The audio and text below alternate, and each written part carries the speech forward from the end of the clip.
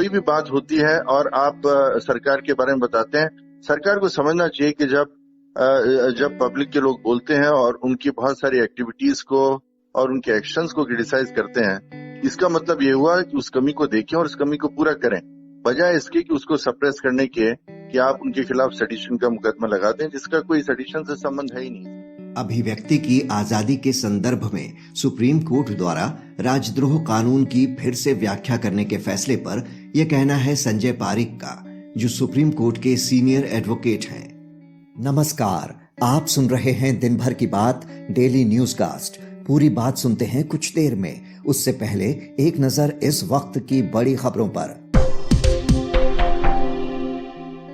राजधानी दिल्ली में अब देसी विदेशी शराब की होगी होम डिलीवरी।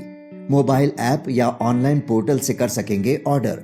सरकार ने जारी किया नोटिफिकेशन, कहा हॉस्टल, ऑफिस या किसी संस्थान में नहीं होगी डिलीवरी।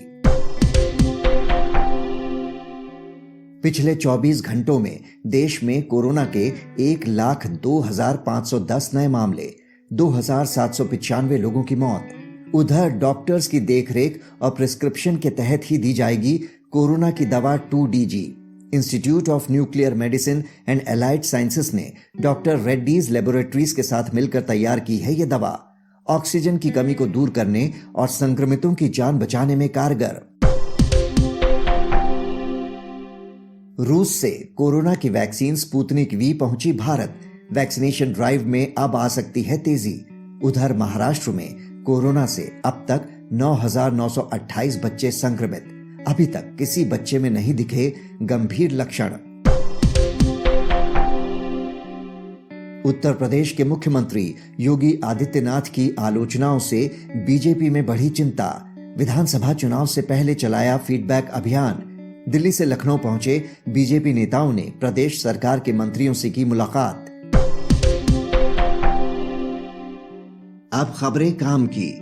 दिल्ली के प्राइवेट स्कूल अब छात्रों से ले सकेंगे एनुअल और डेवलपमेंट फीस। इससे पहले कोरोना महामारी के मद्देनजर सिर्फ ट्यूशन फीस ले रहे थे स्कूल। दिल्ली के द्वारका में 1 जून से वरिष्ठ नागरिकों, जिले में तैनात पुलिसकर्मियों और उनके परिवार को वैक्सीनेशन सेंटर ले जाने के लिए पुलिस ने शुरू की पिक एंड ड्रॉप फैसिलिटी। आज का सबसे बड़ा न्यूज पॉइंट है, सुप्रीम कोर्ट ने क्यों कही राजद्रोह को फिर से परिभाषित करने की बात। पूरी तस्वीर समझने के लिए बात करते हैं सुप्रीम कोर्ट के सीनियर एडवोकेट संजय पारिक से। देश में राजद्रोह का कानून रहे या न रहे, इस पर लंबे समय से बहस छिड़ी हुई है। अब सुप्रीम कोर्ट ने कहा है कि वो अभिव्यक्ति की आजादी, खास तौर पर मीडिया के अधिकारों के संदर्भ में राजद्रोह कानून की व्याख्या की समीक्षा करेगा। कोर्ट ने ये बात आंध्र प्रदेश के 2 टीवी चैनलों के खिलाफ दर्ज राजद्रोह के मामले की सुनवाई के दौरान कही। वाईएसआर कांग्रेस के बागी सांसद के कथित आपत्तिजनक भाषण को प्रसारित करने पर आंध्र पुलिस ने इन तेलुगु चैनलों पर एफआईआर की थी। सुप्रीम कोर्ट ने इन चैनलों के खिलाफ किसी भी तरह की दंडात्मक कार्रवाई पर रोक लगा दी है। संजय पारिक जी, कितनी महत्वपूर्ण है कोर्ट की ये टिप्पणी जिसमें उसने कहा है कि आईपीसी की धाराओं 124A यानी राजद्रोह और 153 यानी विभिन्न वर्गों में कटुता को बढ़ावा देना, इन दोनों की ही व्याख्या की जरूरत है, खासकर प्रेस के अधिकारों और फ्रीडम ऑफ स्पीच के संदर्भ में। सुप्रीम कोर्ट की ये टिप्पणी अभी के समय में मुझे लगता है बहुत ही महत्वपूर्ण है, क्योंकि अभी गवर्नमेंट के किसी भी एक्शन का क्रिटिसिज्म होता है और किसी भी एक्शन को गवर्नमेंट के क्रिटिसाइज करना, ये फ्रीडम ऑफ स्पीच और एक्सप्रेशन के अंदर आता है। और ये अधिकार हम सभी लोगों को है बताने का कि जिस तरीके से गवर्नमेंट अपना कार्य कर रही है वो ठीक है या नहीं, उसके ऊपर किसी भी तरह की रोक लगाना। मैं आपको बताऊंगा कि ये पुराना जो जजमेंट कॉन्स्टिट्यूशन बेंच का है, जहां इसकी वैलिडिटी को सुप्रीम कोर्ट ने अपहोल्ड किया था, वहां पर भी ये बात आई थी कि क्या अगर गवर्नमेंट का बहुत ही सीवियर क्रिटिसिज्म हो तो क्या राजद्रोह का मुकदमा होगा, सेडिशन का मुकदमा होगा। और उस केस के अंदर भी कॉन्स्टिट्यूशन बेंच ने कहा कि इसमें आप किसी तरह का क्रिटिसिज्म कर सकते हैं, मोस्ट सीवियर क्रिटिसिज्म कर सकते हैं, इसका कोई भी संबंध सेडिशन से नहीं हो सकता। तो ऐसे इस समय के अंदर, और ये इसलिए कहना जरूरी हुआ क्योंकि अब कोई भी बात होती है और आप सरकार के बारे में बताते हैं, सरकार को समझना चाहिए कि जब पब्लिक के लोग बोलते हैं और उनकी बहुत सारी एक्टिविटीज को और उनके एक्शंस को क्रिटिसाइज करते हैं, इसका मतलब ये हुआ कि उस कमी को देखें और उस कमी को पूरा करें, बजाय इसके कि उसको सप्रेस करने के कि आप उनके खिलाफ सेडिशन का मुकदमा लगा दें, जिसका कोई सेडिशन से संबंध है ही नहीं। सेडिशन तो एक्चुअल में रहना ही नहीं चाहिए, उसके रिपील होने की जरूरत है। जी, सुप्रीम कोर्ट ने 1962 में ही कह दिया था कि सरकार की कड़ी आलोचना जो हिंसा के लिए नहीं उकसाती, देशद्रोह नहीं हो सकता। अब लॉ कमीशन भी कह चुका है कि भारतीयों की आवाज दबाने के लिए जो अंग्रेज ये कानून यहाँ लाए थे, वो खुद अपने देश में इसे खत्म कर चुके हैं, तो हम ऐसा क्यों नहीं कर सकते? मोदी सरकार ने भी हाल ही में राज्यसभा में बताया था कि वो राजद्रोह समेत आईपीसी के कई प्रोविजंस में सुधार को तैयार है और सुझाव देने के लिए उसने एक कमेटी भी बना दी है। तो क्या सेडिशन लॉ को खत्म करने या इसकी नए सिरे से व्याख्या करने का वक्त आ गया है अब? देखिए, सेडिशन का जो इंटरप्रिटेशन कॉन्स्टिट्यूशन बेंच ने केदारनाथ सिंह में किया, उसमें भी एक बात साफ थी कि जहां इंटेंशन है, और इंटेंशन का मतलब यह होता है कि आपने किसी तरीके का स्टेटमेंट ऐसा दिया कि उससे पब्लिक डिसऑर्डर होने का, भड़क जाने का साफ साफ अंदेशा है, उसका रिमोट कनेक्शन नहीं, उसका डायरेक्ट कनेक्शन किसी चीज से है। अगर इस तरह की कोई बात होती है तो वो सेडिशन की डेफिनेशन में आती है।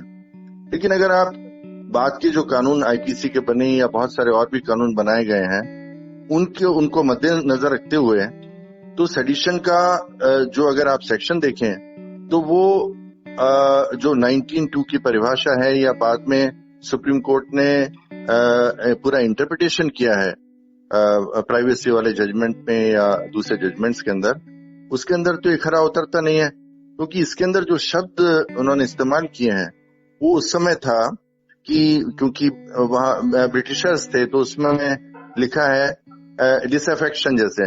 अब आप डिसअफेक्शन को देखेंगे तो कहीं डिसअफेक्शन की परिभाषा आपको आईपीसी के अंदर नहीं मिलेगी, और यही जो इसके अंदर इन्होंने परिभाषा दी है एक्सप्लेनेशन में, वो लिखा है कि डिसलॉयलिटी एंड फीलिंग्स ऑफ एनिमिटी।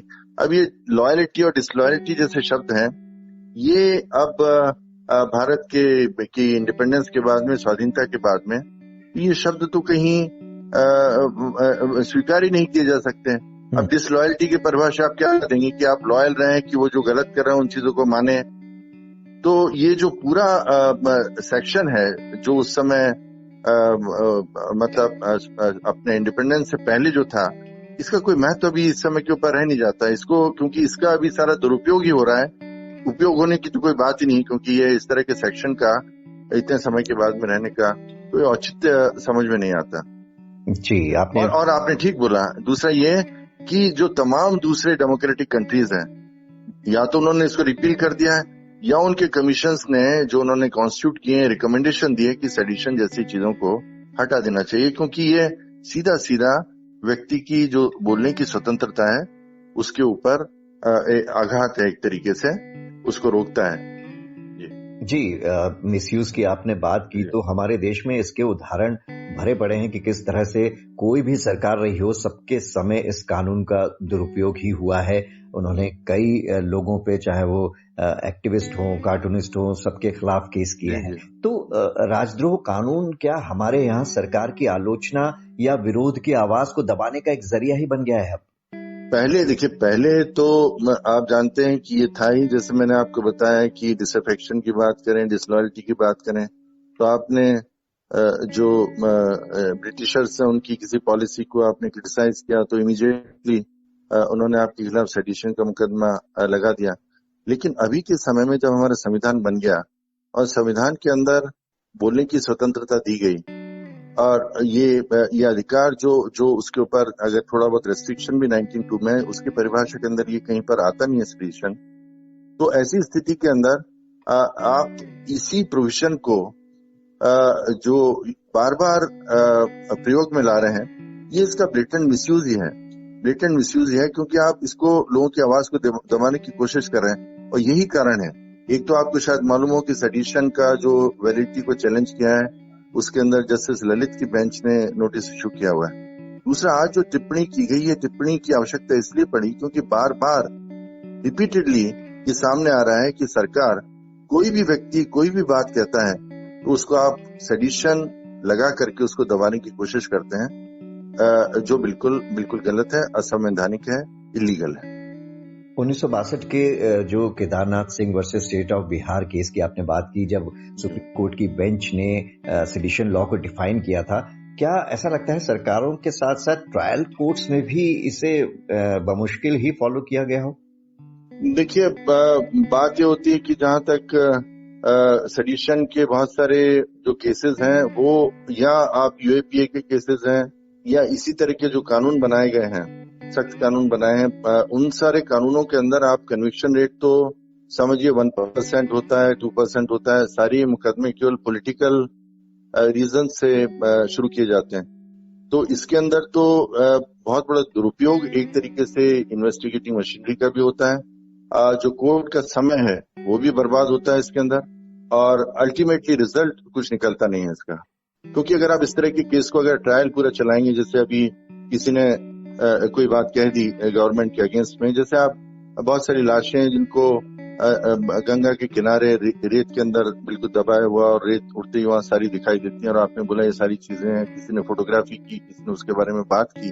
अब ये तो एक तरह की सच्चाई है कि ऐसा हो रहा है वहां पर, और उसके ऊपर आप सेडिशन का मुकदमा अगर लगा देते हैं तो आप साफ साफ किसी जो हमारे देश के अंदर हो रहा है, जो गलत हो रहा है, जो नहीं होना चाहिए था, उसको दबाने की कोशिश कर रहे हैं। तो ये अगर आप इसका रिपीटेड मिसयूज होगा, यही कोर्ट ने बोला कि अगर यही समझ है सरकार की तो इस समझ को दूर करने की जरूरत है कि ये सेडिशन का अर्थ नहीं है। लेकिन मेरा कहना उससे भी जागे है, सेडिशन का केवल एक तरीके से जो इंटरप्रिटेशन है और क्लैरिफिकेशन जो उन्होंने बोला सुप्रीम कोर्ट ने, अभी के समय में शायद जरूरी हो उनको बताना कि आप नहीं कर सकते, लेकिन मेरा मानना यह है कि सेडिशन जैसा जो प्रावधान है इंडियन पेनल कोड में, उसके रहने का अभी के समय में कोई भी औचित्य समझ नहीं आता। जी, संजय पारिक जी, हमसे बात करने के लिए आपका बहुत बहुत शुक्रिया। इस चर्चा के बाद जानिए शेयर बाजार का हाल। 61 अंकों की बढ़त के बाद सेंसेक्स 51,998 पर पहुंचा। निफ्टी में 6 अंकों की बढ़त। अब एक नजर इतिहास में आज के दिन पर। 1929 में हिंदी फिल्मों की मशहूर अभिनेत्री नरगिस दत्त का जन्म। 1930 में भारत की पहली डीलक्स रेलगाड़ी डेक्कन क्वीन बॉम्बे वीटी और पुणे के बीच शुरू। 2001 में नेपाल के शाही परिवार की नृशंस हत्या। बात करते हैं मौसम की। मौसम विभाग ने मध्य प्रदेश के 5 जिलों में जारी किया ऑरेंज अलर्ट। तेज हवा चलने, ओले और गरज के साथ बौछारें पड़ने का अनुमान। राजस्थान में सक्रिय हुआ पश्चिमी विक्षोभ, इसके चलते 4 से 5 दिन चलेगा अंधड़ और बारिश का दौर। अब बारी सुविचार की। भारत के दूसरे प्रधानमंत्री लाल बहादुर शास्त्री ने कहा था, जो शासन करते हैं उन्हें देखना चाहिए कि लोग प्रशासन पर किस तरह प्रतिक्रिया करते हैं। अंततः जनता ही मुखिया होती है। तो ये था आज का डेली न्यूज कास्ट, जिसे आप सुन रहे थे अपने साथी अक्षय शुक्ला के साथ। बने रहिए नवभारत गोल्ड पर। धन्यवाद।